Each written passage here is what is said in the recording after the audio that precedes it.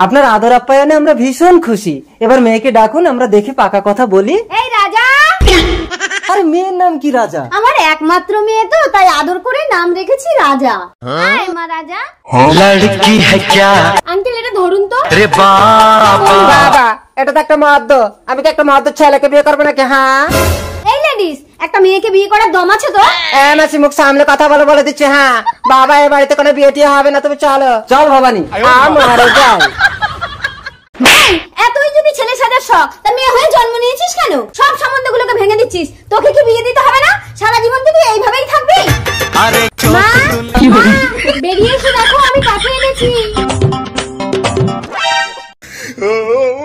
রাজা, তুই একটা মেয়ে হয়ে একটা মেয়েকে বিয়ে করে তার জীবনটা নষ্ট করলি কেন? আমি অপরাজিতাকে ভালোবাসি মা। ভালোবাসা? একটা বাসা তোরা বাঁধতে পারবি? একটা বাচ্চার জন্ম দিতে পারবি? বিজ্ঞানের যুগে সবকিছুই সম্ভব মা। পাড়ার লোকে যখন প্রশ্ন করবে কার বাচ্চা পেটে, তখন আমি মুখ দেখাবো কি করে?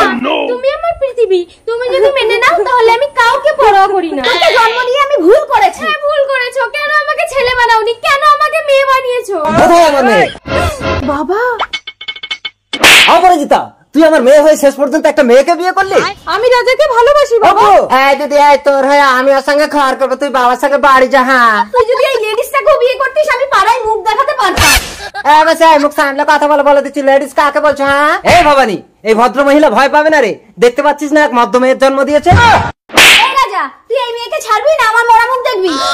আমি অপরাজিতাকে ভীষণ ভালোবাসি। ওকে ছেড়ে দেওয়ার আগে আমাদেরকে 1 মিনিট ঘরের ভেতরে কথা বলতে দেবে? হ্যাঁ ঠিক আছে, তাড়াতাড়ি করো। ভেতরে যা। রুকো যারা। 1 মিনিট বলে তো 10 মিনিট হয়ে গেল। ওরা দুটো ভেতরে ঢুকে কি করছে দেখো গো।